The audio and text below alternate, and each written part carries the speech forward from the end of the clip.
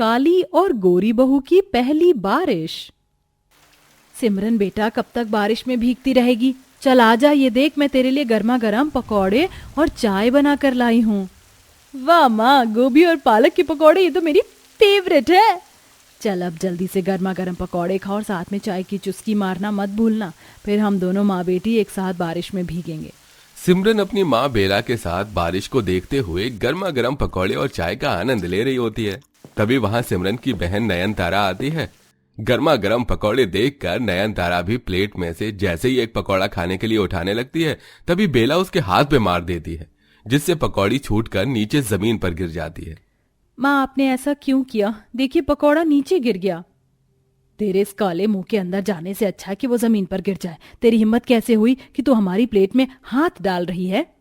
माँ, अब तो मैं इन पकौड़ों को नहीं खाऊंगी। इसने अपने काले हाथों से जो इन्हें छू लिया। कोई बात नहीं मेरी बच्ची, तू बारिश में भीग, मैं तेरे लिए दोबारा से चाय और पकौड़े बना कर लाती हूँ। इतना कहकर बेला किचन में जाती है और अपनी बेटी सिमरन के लिए पकौड़े और चाय बनाने लगती है। कहने को सिमरन और नयनतारा दोनों सगी बहनें होती हैं, लेकिन नयनतारा के काले रंग की वजह से बेला उसे बिल्कुल भी पसंद नहीं करती। वहीं सिमरन भी हमेशा अपनी बहन के काले रंग को लेकर उसे ताने देती। ऐसे ही समय गुजरता है और आज दोनों बहनों को देखने के लिए रिश्ते वाले आते हैं।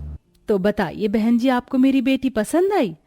सिर्फ पसंद नहीं बल्कि बहुत पसंद आई, लेकिन हम सिर्फ आपकी सिमरन बेटी को ही अपने घर की बहू बनाना चाहते, नयनतारा को नहीं। मैं आपकी बात समझ सकती हूँ, इतनी काली लड़की को कोई क्यों ही अपने घर की बहू बनाना चाहेगा। आज तेरे इस काले रंग की वजह से तेरा कहीं रिश्ता भी तय नहीं हो पा रहा है। अब क्या जिंदगी भर मेरी छाती पर ही बैठी रहेगी?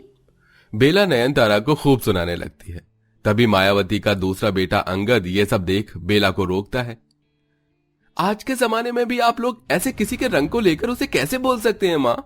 मुझे नयनतारा पसंद है और मैं नयनतारा से शादी करने के लिए तैयार हूँ। अंगद, तेरा दिमाग तो नहीं खराब हो गया? तू इस काली लड़की से शादी करना चाहता है? इंसान की पहचान उसके गुण से होती है, उसकी सुंदरता से नहीं, और यह बात आपको एक न एक दिन जरूर समझ में आएगी। अंगद के फैसले के आगे मायावती कुछ नहीं कर पाती और उस रिश्ते के लिए हाँ करना पड़ता है। कुछ समय के बाद दोनों काली गोरी बहनें इस बड़े से घर की बहू बनकर आ जाती हैं, जहां नयनतारा शादी के बाद एक अच्छी बहू होने के सारे फर्ज निभाती है, घर के सारे कामकाज करती है। वहीं सिमरन दिन भर शॉपिंग, ब्यूटी पार्लर घूमना फिरना ये सब करती है। ऐसे ही कुछ वक्त गुजरता है और एक बार फिर बारिश का मौसम शुरू हो जाता है। शादी के बाद ससुराल की ये मेरी पहली बारिश है। मायके में तो कभी मेरी माँ और बहन ने मुझे बारिश के मौसम को एंजॉय करने नहीं दिया, लेकिन यहाँ तो मैं कर सकती हूँ ना। नयनतारा जैसे ही बारिश में भीगने के लिए जाती है, तभी पीछे से मायावती नयनतारा को आवाज देकर रोक लेती है। अरे ओ महारानी, कहाँ चली? शादी के बाद ये मेरी पहली बारिश है ना, इसलिए भीगने के लिए जा रही थी। ये सब फिल्मों और नाटक में अच्छा लगता है, असल जिंदगी में नहीं। जाकर जल्दी से गर्मा गर्म पकौड़े, कचौड़ी और पनीर टिक्का बना ले, और हाँ, साथ में चाय बनाना मत भूलना। सब कुछ बनाकर छत पर लिया। अपनी सास की बात सुन बेचारी नयनतारा उदास होकर किचन में जाती है और गर्मा गर्म पकौड़ी, कचौड़ी और साथ में पनीर टिक्का, चाय बनाकर छत पर ले आती है। लेकिन नयनतारा जैसे ही छत पर पहुंचती है तो देखती है कि उसकी सास मायावती उसकी गोरी बहू के साथ बारिश में भीगते हुए नाच रही हैं, जिसे देखकर हे भगवान, तेरी कैसी इंसाफी है। मेरे काले रंग की वजह से माँ जी ने मुझे पहली बारिश को मनाने के लिए मना कर दिया, लेकिन अब वही मेरी गोरी बहन के साथ कैसे बारिश में झूम झूम कर नाच रही हैं। ये कहते हुए नयनतारा की आंखों से आंसू झलकने लगते हैं। तभी सिमरन की नजर नयनतारा पर जाती है। कब तक अपने इन काली नजरों से खाने की चीज को घूरती रहेगी? माँ जी कहीं से खाकर मेरे पेट में दर्द शुरू ना हो जाए। सिमरन, तुम मेरी बहन हो, तुम मेरे बारे में ऐसा कैसे कह सकती हो? तुझे कोख से जन्म देने वाली माँ ही तेरे इस काले रंग से नफरत करती है, ये तो फिर भी तेरी बहन है। अपनी सास और बहन की इतनी कड़वी बातें सुन बेचारी नयनतारा खाने की ट्रे रखकर रोते हुए अपने कमरे में चली जाती है और शीशे में खुद को देखते हुए काफी रोती है और गुस्से में अपने काले चेहरे पर बार बार थप्पड़ मारने लगती है। ऐसे ही काफी समय गुजर जाता है। आज तो काफी अच्छी बारिश हो रही है, लेकिन अगर माँ जी से कहा तो मुझे बारिश में भीगने नहीं देंगी। जल्दी से सारा काम खत्म कर चुपके से बारिश में जाकर भीग लूंगी। सिमरन नयनतारा की सारी बातें सुन लेती है और जल्दी से जाकर अपनी सास को सब कुछ बताती है। अच्छा, तो उसकी इतनी हिम्मत, बड़ा शौक है ना उसे बगिया में भीगने का। देख मैं उसकी कैसी हजामत बनाती हूँ। इतना कहकर मायावती नयनतारा के पास जाती है। सारा काम कर दिया तूने? जी सारा काम हो गया। अब जरा मेरे हाथ पैर दबा दे और उसके बाद तेल लगाकर सर की मालिश भी कर देना। क्या हिंदी समझ नहीं आती या तुझे, या मैं फारसी में बोलूं? अपनी सास की बात सुन बेचारी नयनतारा अपनी सास के हाथ पैर दबाने लगती है और ऐसे ही 2 घंटे बीत जाते हैं। मैंने अलमारी में कुछ साड़ियां रखी हैं, जाकर उन्हें प्रेस कर दे। क्या मैं उन साड़ियों को शाम में प्रेस कर सकती हूँ? लगता है एक बात तेरे भेजे में नहीं बैठती, जितना बोला जाए उतना कर, ठीक है? अपनी सेवा करवाने के बाद मायावती अब नयनतारा से साड़ियां प्रेस करवाती है, जिसके बाद तू यहाँ है और मैं तुझे नीचे ढूंढ रही थी, जा जाकर मेरे लिए व्हाइट सॉस पास्ता बना। लेकिन सिमरन तुझे तो व्हाइट सॉस पास्ता पसंद नहीं है ना? हाँ लेकिन अब पसंद है, जा जाकर बना।